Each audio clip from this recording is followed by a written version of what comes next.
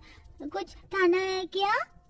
लड्डू बेटा, रोटी बन गई है, प्लेट लिया, देती हूँ। तभी लड्डू उदास मन से कहता है, सिर्फ रोटी दोगी माँ? रूखी रोटी कैसे खाऊंगा? सब्जी नहीं है क्या? लड्डू के सब्जी मांगने पर गरीब इंदु अपनी रसोई को देखकर डबडबाई आंखों से कहती है, घर में सब्जी नहीं है लड्डू, पिताजी पैसे कमा कर लाएंगे तो मैं मेरे प्यारे लड्डू के लिए स्वादिष्ट सब्जी बनाऊंगी। अभी तो नमक तेल से खा लेना, मैं रोटी को चूल्हे पर कुरकुरी कर देती हूँ। तुझे तो कितना पसंद है ना माँ के हाथों की कुरकुरी रोटी। ठीक है माँ, आप मुझे कुरकुरी रोटी दे दो, मेरा तो एक से ही पेट भर जाएगा। ऊपर वाले की लीला भी बड़ी निराली है, कहाँ तो वो किसी किसी को छप्पर फाड़ कर देता है और हम जैसे गरीब को सुध से 2 रोटी भी नहीं देता। इंदु जैसे ही तेल की शीशी उठाती है वो उसके हाथ से छूट कर गिर जाता है, जिसे देख सास ओमवती गुस्से में आ जाती है। हे भगवान, अरे आंखें मूंद कर खाना पका रही थी क्या? अब भागी ने सारा तेल भी गिरा दिया। माफ कर दीजिए माँ जी, जानबूझकर नहीं किया, गलती से गिर गया। गरीबों के घर में गलती की भी कोई गुंजाइश नहीं होती। खाने को तो मेरे बेटे की कमाई की 10-10 रोटियां खा जाती है, फिर भी हाथ में इतनी जान भी नहीं कि तेल की बोतल संभाल सके। पता नहीं किन्हीं भिखमंगों के घर रिश्ता जोड़ लिया, दहेज में एक चवन्नी भी नहीं दी, और तो और जब से इस करमजली के मनहूस कदम क्या पड़े ससुर को खा गई। इतने में सुरेश आ जाता है और अपनी माँ को, इंदु को इस तरह से कोसते देखकर बोला, अब बस भी करो माँ। हाँ हाँ, तू तो माँ को ही चुप कराएगा, पर तुझे पता भी है तेरी बीवी ने सारा तेल गिरा दिया। तेरी पहाड़ सी मेहनत मुझसे देखी नहीं जाती। मन मचलता है मेरा कि तू कितनी कठिनाई से घर का राशन पानी नमक तेल जोड़ता है। माँ, हो सकता है तेल का डिब्बा चिकना हो इसलिए गिर गया हो, जाने दो। सुरेश जानता था कि परिवार के सारे कलेश की जड़ पैसा था और सुरेश कमाने वाला इकलौता था। किसी तरह गरीबी में गुजारा चल रहा था। अगली सुबह, सुनो जी, एक भी सब्जी नहीं रसोई में, क्या बनाओ खाने में? ये लो इंदु, बस यही 100 रुपए है, सब्जी ले आना, मैं चलता हूँ। माँ, मैं और लड्डू भी आपके साथ बाजार घूमने चलेंगे। अच्छा ठीक है। इंदु अपने दोनों बच्चे पूजा और लड्डू को लेकर बाजार आ गई, जहाँ कहीं चाट पकौड़ी, कहीं गोलगप्पे और मोमोज लगे थे, पर सबसे ज्यादा भीड़ चाउमीन के कॉर्नर पर थी। लड्डू ललचाई नजरों से टकटकी लगाए चाउमीन की ओर देखकर बोला, माँ मुझे चाउमीन खाना है, दिला दो ना। हाँ माँ, मुझे भी लड्डू को 1 प्लेट चाउमीन खिला दो ना, प्लीज माँ। हाँ, पर पहले सब्जी खरीद लेने दो, पैसे बचेंगे तभी खिलाऊंगी। इंदु बड़ी समझदार थी, उसने झोला भर के सब्जी भी खरीद ली और 20 रुपए बचाकर दोनों को चाउमीन दिला दिया। तभी उसे कुछ सूझा, आजकल चाउमीन का काम अच्छा चल रहा है, क्यों ना मैं भी चाउमीन बनाकर बेचूं। सुरेश की रात में लौटने पर इंदु ने कहा, सुनो जी, मैं सोच रही हूँ चाउमीन का ठेला लगा लूं, इसकी अच्छी बिक्री है, इससे मैं आपको भी थोड़ी मदद दे पाऊंगी। आप क्या कहते हो? ठीक है इंदु, मुझे कोई आपत्ति नहीं है। अगले दिन इंदु ने चाउमीन बनाने का सारा सामान, ठेली, कढ़ाई, भाजी, तरकारी सबका बंदोबस्त कर लिया और चाउमीन बनाकर और बाजार के बाहर खाली नुक्कड़ देखकर ठेला लगा लिया। फिलहाल तो मेरे पास इतने पैसे नहीं कि मैं बाजार में चाउमीन बेचूं, वरना जगह के पैसे भी देने पड़ेंगे, एक बार ग्राहक बन जाए। चाउमीन खा लो, चाउमीन, तीखे चटपटे चाउमीन, हाँ आओ प्यारे ग्राहकों। पर इंदु के दिन भर आवाज लगाने पर भी उसकी चाउमीन किसी ने नहीं खाई और नीरस मन से रात को वो घर लौट आई।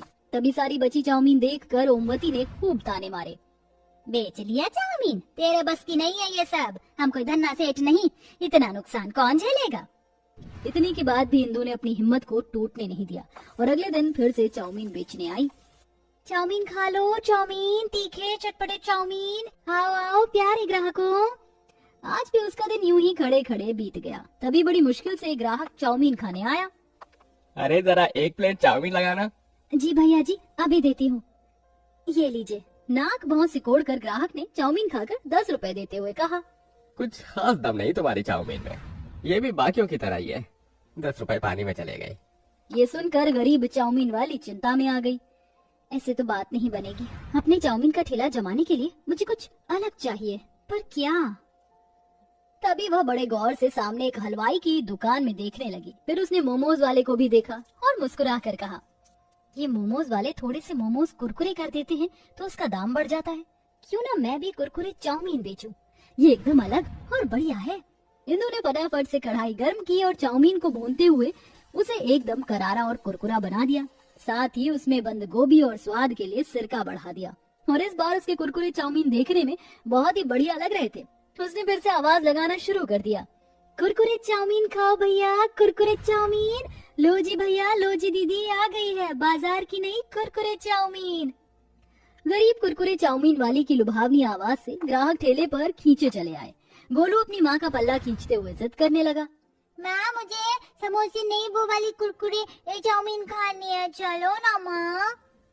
अच्छा ठीक है गोलू, चलो। सबने ही इंदू के ठेले को घेर लिया। अरे बहन जी, जरा एक प्लेट कुरकुरे चाउमीन लगाना। हमें तो देखें बाजार में क्या नई चीज आई है। जी भैया जी, अभी देती हूँ। झटपट से इंदू ने गर्मा गर्म कुरकुरे चाउमीन लाल हरी चटनी के साथ ग्राहकों को दे दिया, जिसे खाते ग्राहक ने खूब बड़ाई की। अरे वाह वाह वाह बहन जी, क्या बढ़िया कुरकुरे चाउमीन बनाई है, एकदम नंबर 1। उस ग्राहक के मुंह से गरीब कुरकुरे चाउमीन वाली की तारीफ सुनकर तो सभी ग्राहक ने हाफ प्लेट की जगह फुल प्लेट का ऑर्डर दिया। ऐसी भी क्या बात है, मैं भी तो खाकर देखूं। अरे ओ चाउमीन वाली, फुल प्लेट कुरकुरे चाउमीन करना। जी बहन जी, ये लीजिए आपकी फुल प्लेट कुरकुरे चाउमीन। औरत भी कुरकुरे चाउमीन खाकर उंगलियां चाटती रह गई। अरे वाह, तुम्हारी कुरकुरे चाउमीन तो बहुत बढ़िया है। धन्यवाद बहन जी। देखते देखते इंदू का ठेला एकदम खाली हो गया। उस रोज उसके कुरकुरे चाउमीन बिक गई और उसी अच्छी कमाई भी हुई। घर आकर इंदू ने अपनी पहली कमाई से अपनी सास के लिए एक साड़ी खरीदी और बाकी पैसे हाथ में रख दिए। माँ जी, ये लीजिए, ये आपकी गरीब बहू की पहली कमाई है जो कुरकुरे चाउमीन बेचकर मैंने कमाया है, और ये एक छोटा सा उपहार। इंदू के मन में अपने लिए अपार स्नेह देखकर गरीबी से उकताई ओमवती की आंखें नम हो गईं। उसने हाथ बढ़ाकर आशीर्वाद दिया। ईश्वर तुझे खूब तरक्की दे बहू, मेरे बुरे बर्ताव के लिए मुझे माफ कर देना। माँ जी, मैं जानती हूँ आपने सारी जिंदगी दुख देखे हैं, मगर मैं सब ठीक कर दूंगी। इंदू हर दिन खूब मेहनत करती। वह अपने चाउमीन में ताजी हरी सब्जियाँ और शुद्ध तेल मसाले ही डालती। तड़के सुबह उठकर वह कुरकुरे चाउमीन बनाती और सवेरे से ही ठेला लगा लेती। उसके आते ही खाने के लिए ग्राहकों की भीड़ लग जाया करती। चाउमीन खा लो, चाउमीन, तीखे चटपटे कुरकुरे चाउमीन। जल्दी से एक प्लेट चाउमीन देना, और आज मैं तुम्हारे लिए एक ऑर्डर लेकर आई हूँ। कैसा ऑर्डर मेम साहब? वो मेरी फैमिली में शादी है। उस रोज मैं तुमसे चाउमीन खरीद कर ले गई थी ना, तो वो उन सबको कुरकुरी चाउमीन बहुत पसंद आई, इसलिए उन्होंने तुम्हें शादी में बुक किया है। ऐसे ही कुरकुरे चाउमीन बनाना, बदले में वो तुम्हें 50,000 रुपए देंगे। 50,000? मैं बस कुरकुरे चाउमीन बनाकर खिलाऊंगी और वो मुझे एक दिन की शादी के इतने देंगे? हाँ इंदू, उस गरीब चाउमीन वाली के लिए 50,000 की रकम बहुत बड़ी थी, क्योंकि गरीबी में वो एक एक रुपए के लिए भी मोहताज थी। अब तो धीरे धीरे इंदू अपने अनोखे कुरकुरे चाउमीन के लिए हर तरफ छा गई। उसे खूब शादी पार्टी के ऑर्डर मिलने लगे और देखते ही देखते उसका ठेला कुरकुरे चाउमीन का बड़ा और नामी रेस्टोरेंट बन गया और उसने अपने दम पर सब कुछ हासिल कर लिया। बहू हो तो ऐसी जो। सचमुच इंदू, मुझे तुम पर गर्व है। तुमने पत्नी होकर भी एक पति का कर्तव्य निभाया है। मैंने तो बस मेहनत की है, बाकी तो भगवान की दया थी जी। अब दोनों पति पत्नी साथ मिलकर चाउमीन का रेस्टोरेंट साथ मिलकर चलाने लगे और खुशी खुशी रहने लगे। वहीं इंदू के उस चाउमीन व्यापार ने कई गरीबों को रोटी और रोजगार भी दिया।